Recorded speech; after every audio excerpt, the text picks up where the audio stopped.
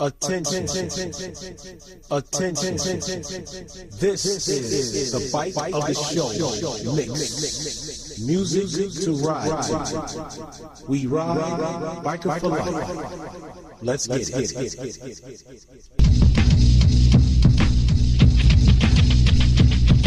Music to ride. Music to ride. We ride biker for life. We ride biker for life. Let's get it.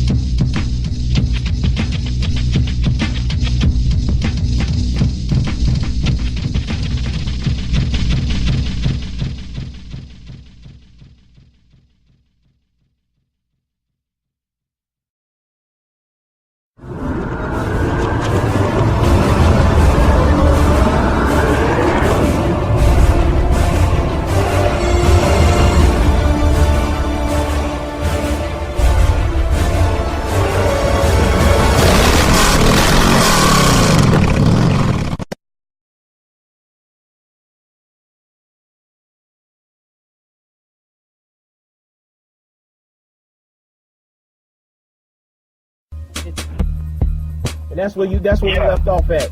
But he was uneducated. But he was uneducated in what was going on. He's actually like a nephew to me. And he's a part of my club, World Life MC.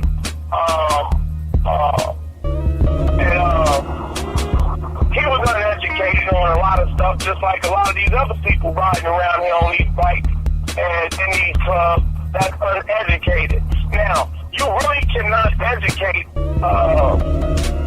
social clubs because on the history, because social clubs just came out. It was just property of at first.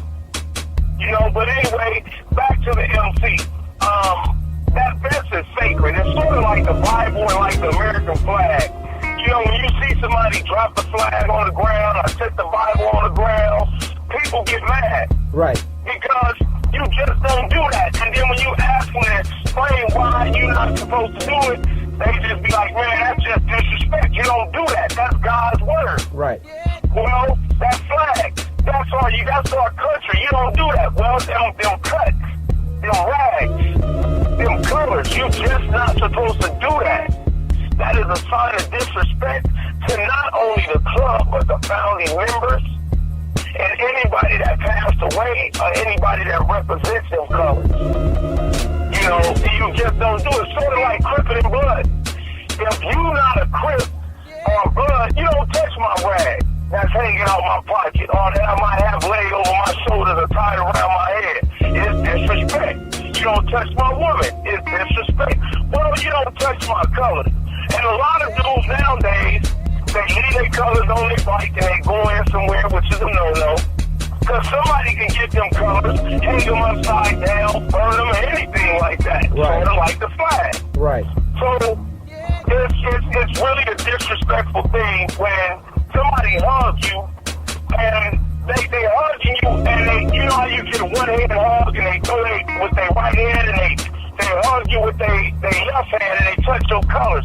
Well, that's not really a bad thing because they're greeting you. You greeting each other as a brotherhood, but you're not supposed to touch colors. Like some people come up behind you and they'll tap you on your back or do some stuff like that. You're not supposed to touch those colors.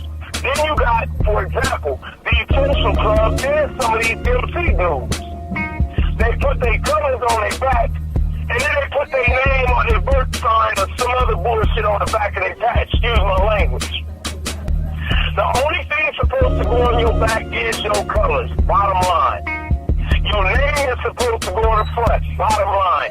That's how the original outlaw 1% bikers designed it. It's called protocol. Now, a lot of people speak on protocol, but how can you tell me what's protocol when you have nothing in black and white?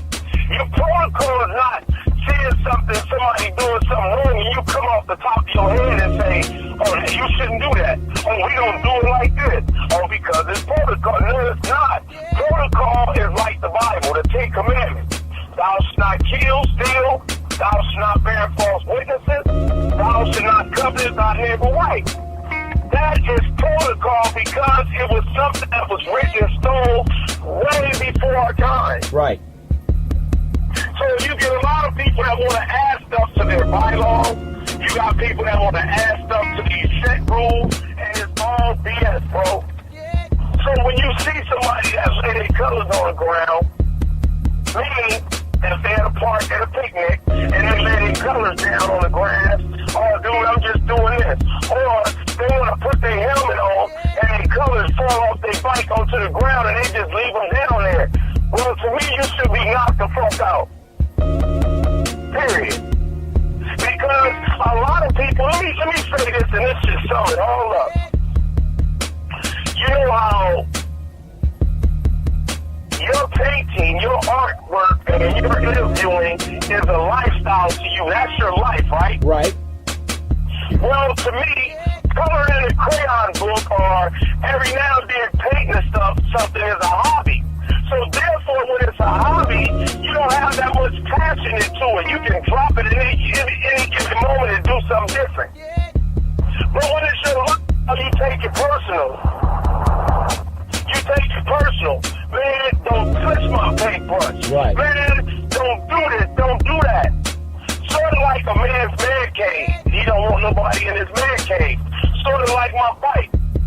Sort of like any solid, real MC. Your bike, do not sit on my bike, bro. Don't touch my bike. Don't take no picture of my bike without my permission. Right. I don't care who you are. Don't say nothing bad about my bike. But if it's a hobby, you give people permission. Oh, you can ride my bike. Oh, y'all can do this to my bike. You can do that. For me personally, I allow any and everybody that want to sit on my bike and take a picture. Meaning, let me rephrase that. People that's not on the bike set, like I go on a strip sometimes, or I might be in a bike show or something. After the bike show, I allow the kids, the women, the men that's not a part of the bike set to take pictures with my bike.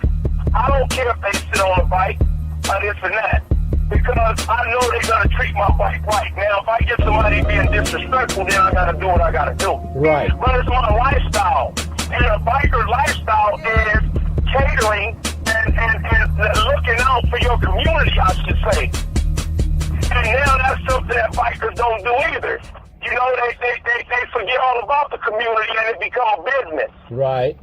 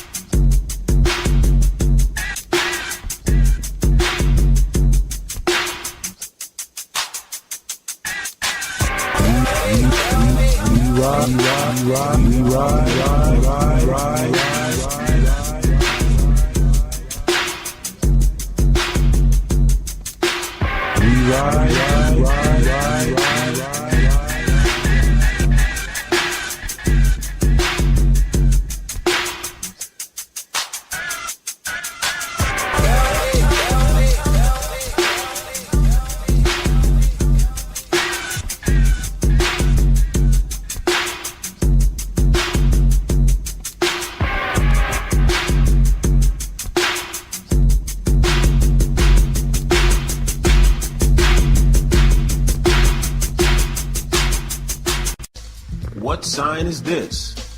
Is this sign A, raise your hands in the air like you just don't care? B, follow me? Or C, I'm saying hello to you? This answer in just 1 minute.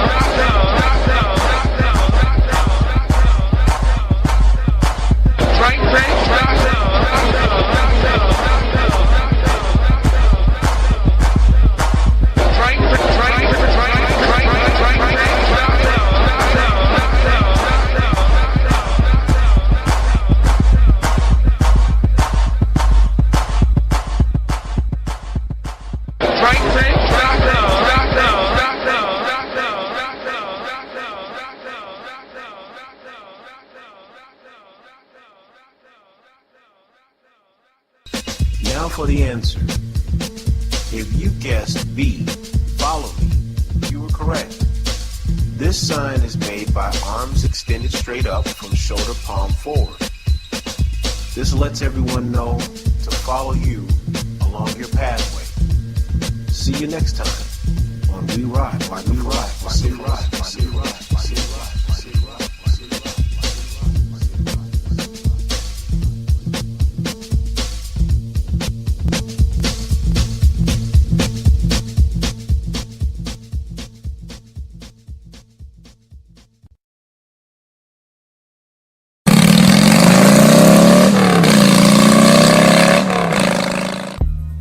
You just said to the sisters, stay humble.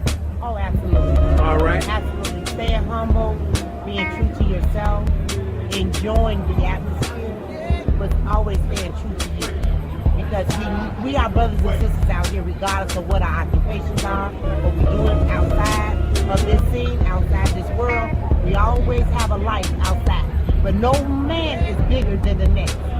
Always stay humble. Indeed, indeed, indeed. You got any bike stories? Actually, I went down a couple of times. By the grace of God, I'm still here.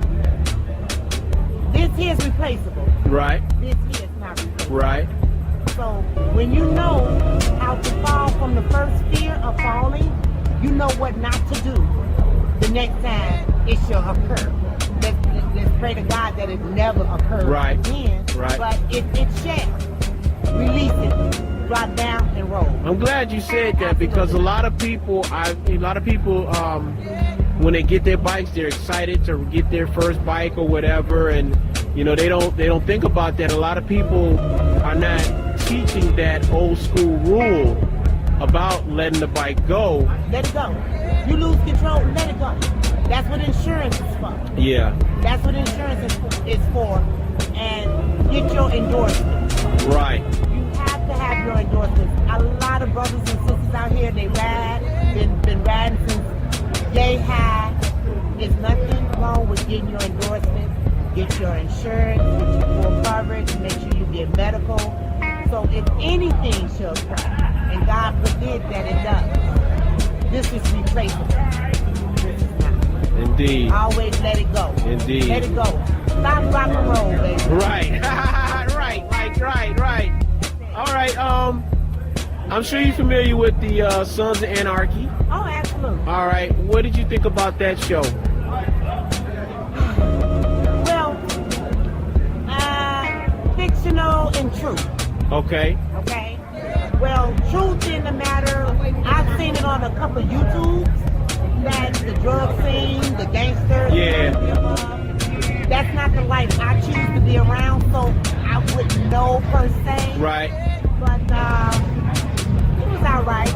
Well, I know. When you talk about power. Yeah. Now we can talk about power. Nah, look at you. Power. Now, as far as with the bike pass through.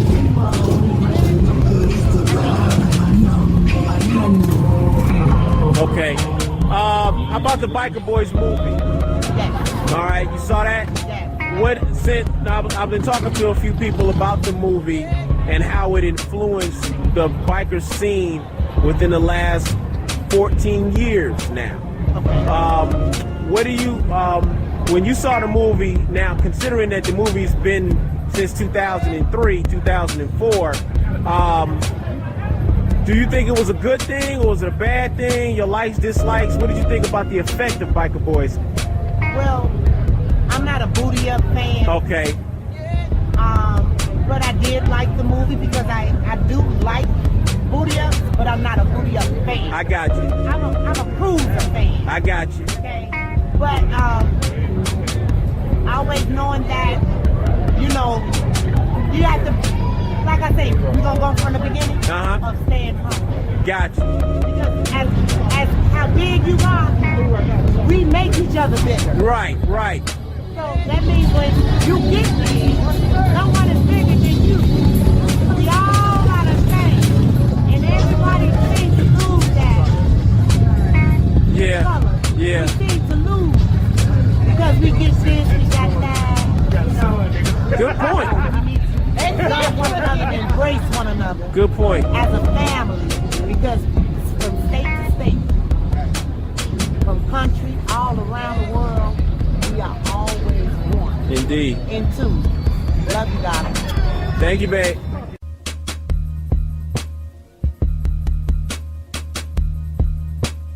Bikers used to do fundraisers, give out toys and this and that. Now it's who can sleep with the most women, who can have the most women, who can have the flyest women, who can have the flyest bike. And you hear people talking about people's bike. Oh man, you see that nigga bike, just stop. It's this, it's that. Look at my bike. It's a fad, it's a fashion show. And it was never designed to be like that, and I can speak on this because my daddy is 70 years old. He's still rolling around with his colors on. My uncles is 50 and 60 years old. My big homeboy, 60, 70 years old, still with their colors on.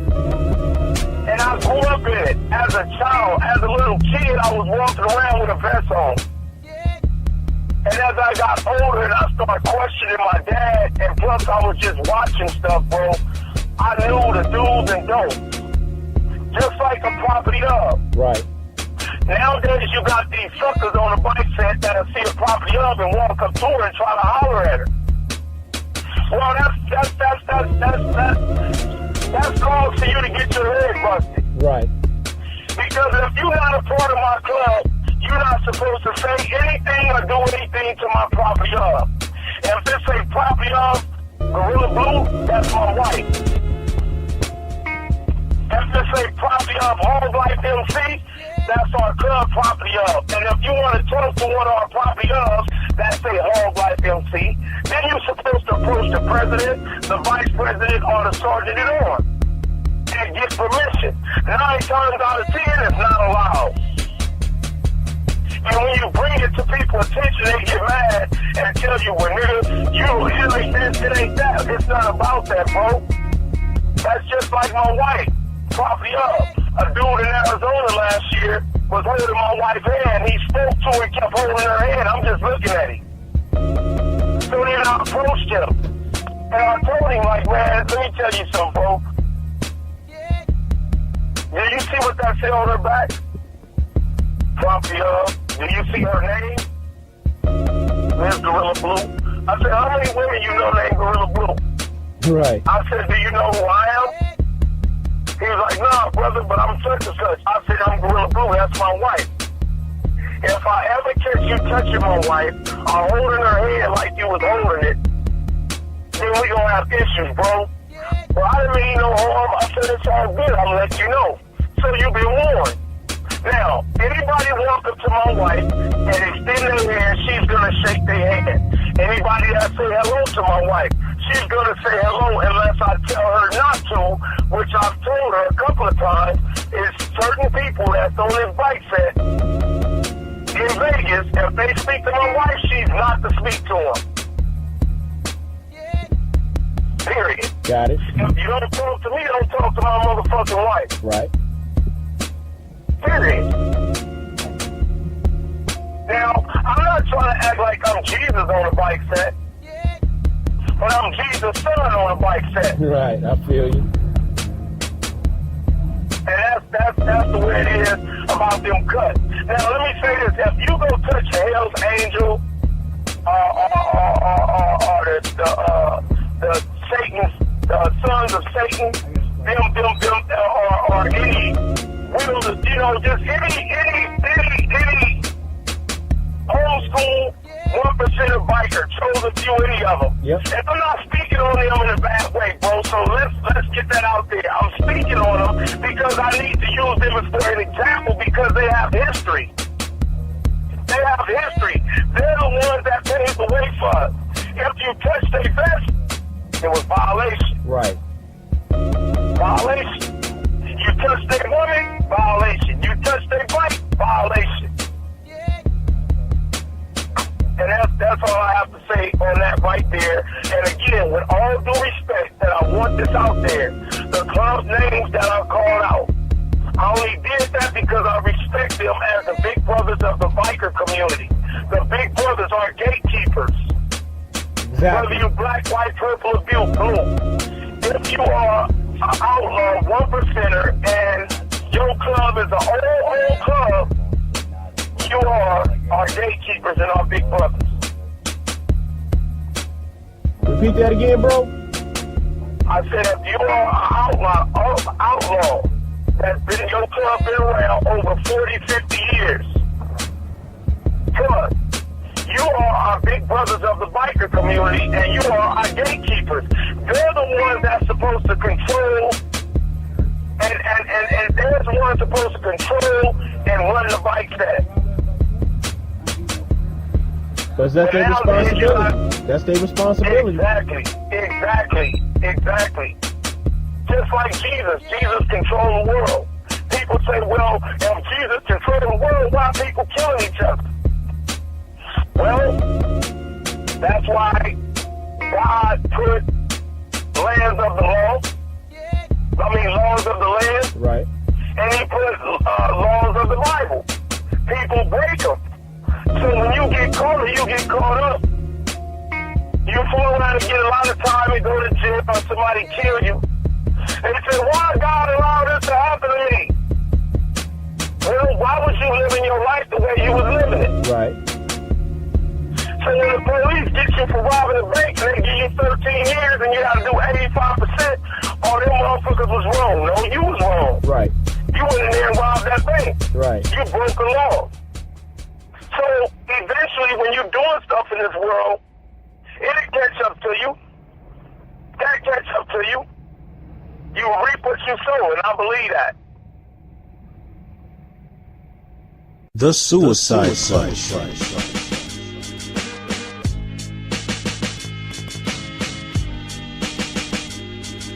The terms suicide clutch and suicide shifter or jockey shifter refer to motorcycles' foot-operated clutch and hand shifter to change gears. Foot clutches or rocker clutches and head shifters, also known as tank shifts, were found on early motorcycle designs from around the turn of the 20th century to the 1940s and 50s, and reappearing on modern retro-style custom motorcycles and choppers. Modern motorcycles do not require removing a hand from the handlebars to shift gears, using only the fingers for the clutch and the toes of one foot to select gears. In contrast, the fanciful slang suicide was applied to designs where the rider removes one hand to change gears, or cannot put both feet on the ground while using a foot clutch to disengage the transmission. Sometimes the shifter is referred to as a jockey shifter, while the foot clutch is called a suicide clutch. Suicide clutches were common in mid-20th century Harley-Davidson motorcycles, and many custom bikes today still employ the system. Harley-Davidson introduced the hand clutch on the 1952 Panhead. More technically, suicide clutch can refer to clutch controls lacking a detent on the foot clutch, which would otherwise allow the rider to lock the clutch in the disengaged position. Early foot clutch motorcycles such as those from Harley-Davidson and Indian allowed the rider to lock the clutch foot pedal due to its over-center geometry, plus a helper spring, aka sissy spring, so that they could place both feet on the ground when stopped. These standard clutches are called a rocker clutch. If this device was disabled or a custom foot clutch was installed that had no detent, it was referred to as a suicide clutch. Early Harley-Davidson racers removed the clutch return spring to ensure the clutch stayed in the engaged position throughout the race. This practice soon caught on with the riders. The term suicide clutch was coined by those who could not operate the foot clutch proficiently enough to ride a tank shift or hand shift motorcycle in normal traffic. For more information on the suicide clutch, go to Wikipedia. We hope that this information was valuable. Let us know what you think about this. Till next time, we ride Biker for Life. Thank you.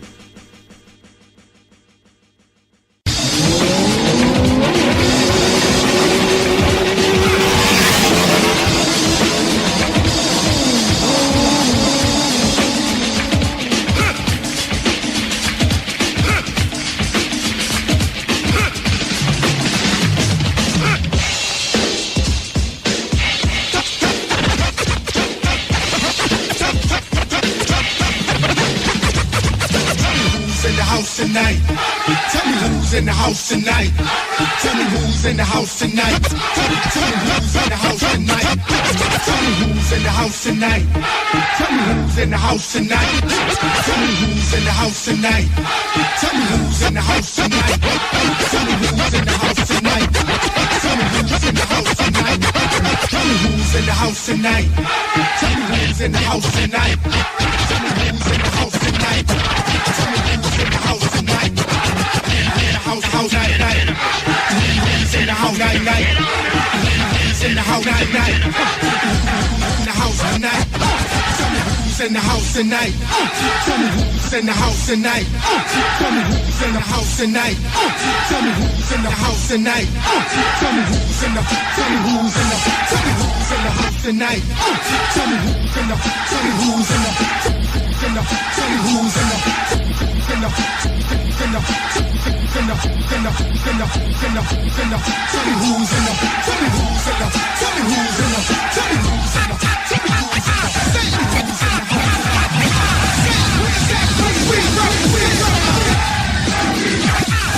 Where's that place we run? Where's that place we run? Where's that place we run? Where's that place we represent?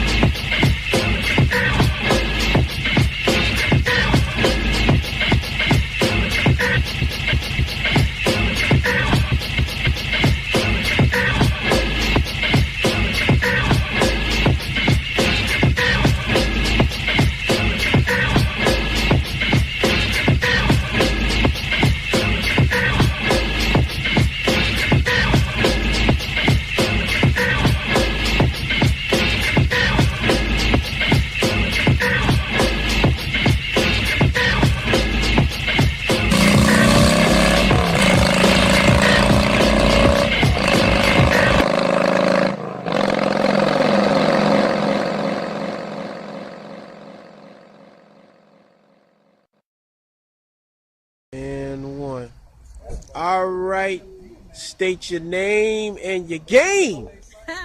I'm Onyx, Secretary of Chaotic Customs, MC. All right.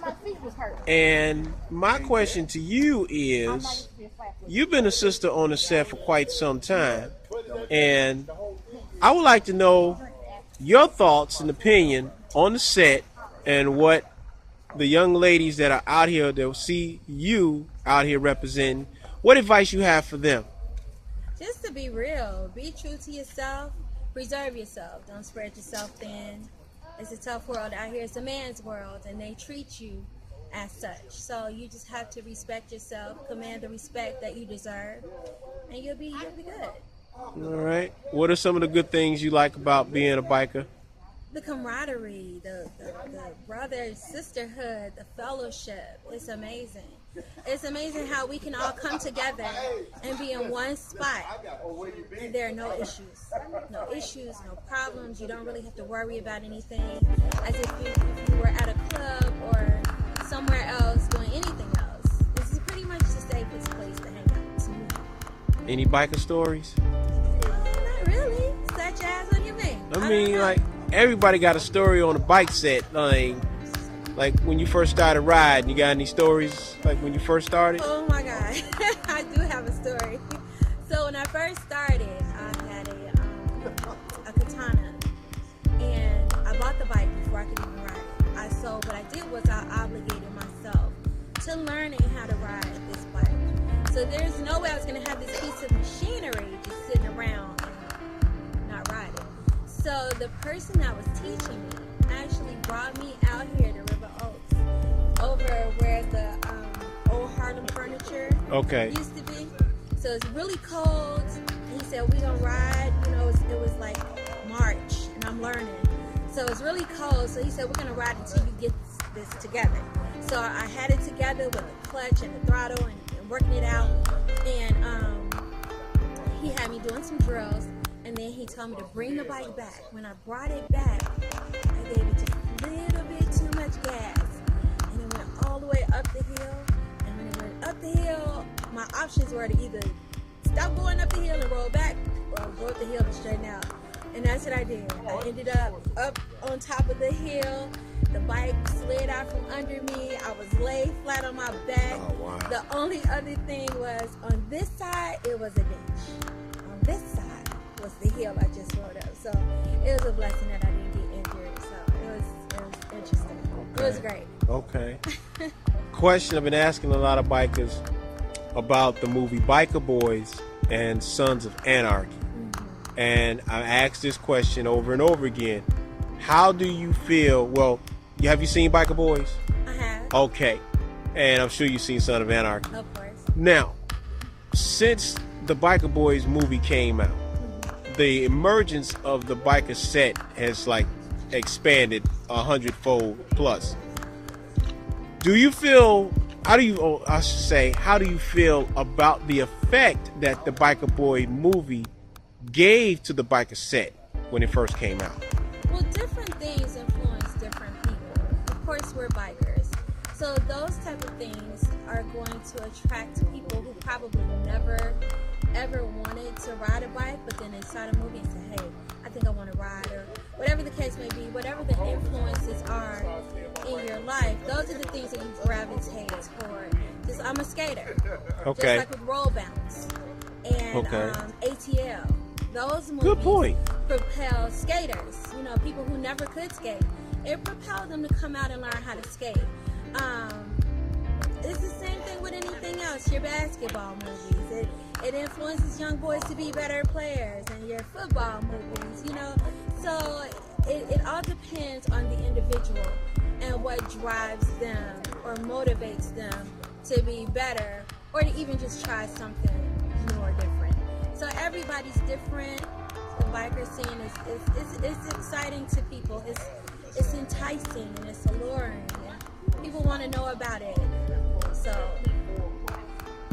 that's pretty much it. That's what's up. Thank you, sis. You're welcome. All right. And that's how the colors, the cut, the rag is supposed to be respected. Your name and your title supposed to go on the front on your right hand side or whatever. Like you got some people that take president off of their patch. Okay. I mean off of their vest. And you got some people that don't have their name on their vest. And then they say, well, you know, why you ain't respecting me? Well, who the fuck are you? I'm President such and such. Well, I can't tell. You know, you don't have no name on your vest. Right. Well, my name is on the back. Well, I'm not going to look at your back. That's disrespect. Now, if I walked up to you and said, my name is Detective such and such, or I'm with the Los Angeles Police Department, or the Las Vegas Metropolitan Police Department, or the United States Army Military Police, I'm an officer, and I don't have no badge or nothing on me in the front, and I tell you my badge is on the back of my shirt, what are you going to say to me, bro? Right. You don't look at me like I'm crazy.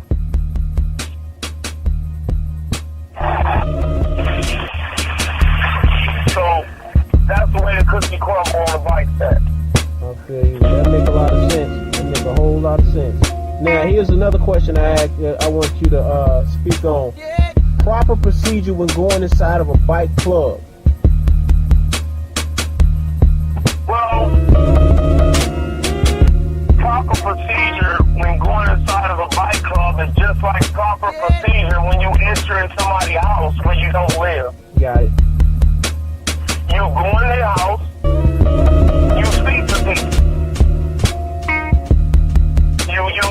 You speak to the members, you find the president, the vice president, you shake their hand. If there's people from another club, you shake their hand. Sort of like when you come in my house. You come in my house, you speak to me. And whoever else is in that house, you don't just speak to me and then sit down. Or you knock on the door and you see somebody you know in there and you speak to them and forget all about me. It don't work like that. Right. You know, you're supposed to enter into somebody's house. I would say the way you want somebody to enter into yours. Okay. But a lot of people don't give a damn about how nobody enter into their house or how they treat them. Right. But when you enter into somebody's house, you go in there respectfully. When it comes to them clubhouses, you don't bring no drinks or no outside food. You come in there and you speak and you patronize, donate. If they have a donation sign and they have donations for something, then you patronize. You get your drink, you give them a donation. If they have their liquor license and their food license, then you patronize. It is disrespectful for people to come in people's clubs and not speak nor patronize. Like my club, this Thursday we having free tacos. We having a hot taco eating contest. Okay. And we having free tacos all night for everybody. And we having $2 donations for a drink, which is going to go toward the Gorilla Glue Foundation, a foundation that's designed and built on helping the forgotten people.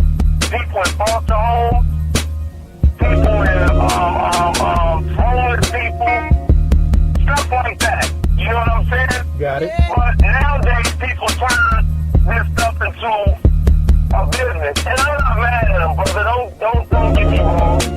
But a club is supposed to be able to take care of their own clubhouse. Right. So they do. But unfortunately, it's not like that nowadays. You know, of course, the times change, and to rent a building, the cost change a lot. A lot. So, that's the proper procedures, and if there's anything specific you're looking for, just ask me, and if I can answer it, I'll answer it. If I don't have the answer, I'll call my dad, my uncle, or some OG on the bike set. Well, you know, I'm gonna call you anyway, man, to get as much of this information, you know, get as much of this as possible, because this is important, and that's why I open this up, because people need to know this, because the set has become so widespread that people are coming in, and you got a lot of people that may have been out here, but they're not educated. I was blessed to be around a lot of educated guys, especially a lot of the 1%ers. So I feel that it's important, especially since I'm putting a show out for people to see. I want them to be educated. I want them to sit up here and say, I learned that from Gorilla Blue, off of this show. And I'm glad he said that, because now when I go inside of a clubhouse, or if I'm in a club and I'm not ganged up on how to wear my vest or what to do and what not to do, I at least heard this from somebody that's been out here for years, whose family members have been a part of this lifestyle. So I have a reference that I can always go back to and remember I got that from this person on that show. And if they see you, they gonna be like, I saw this on We Ride Biker for Life, the series, man. And I want to give you a shout out, man. I'm glad I got a chance to meet you, man, because you spoke on something that was really important to me, and it saved my life because I listened to that and I paid attention to what you were saying. So I want people to take heed to that, because you be talking a lot of stuff on this line, man. And I think a lot of people, they put their, hey, Blue, what's going on, Gorilla, how's everything, such. But are they getting the message? Because it only makes us better when we're getting these messages out to people. Because I don't want to get caught up because somebody was misinformed, on something that they saw. I want them to be on point, because I might miss something and they may put me over to the side and say, hey, you ain't supposed to do that. And I'll be like, man, thank you so much, man, because I ain't trying to get my butt kicked out here, So, yeah. Exactly. Let us know what you think about this episode and other episodes of our show. Your opinion is very important to us, so please like and subscribe. On behalf of We Ride Biker for Life, thank you. See you next time.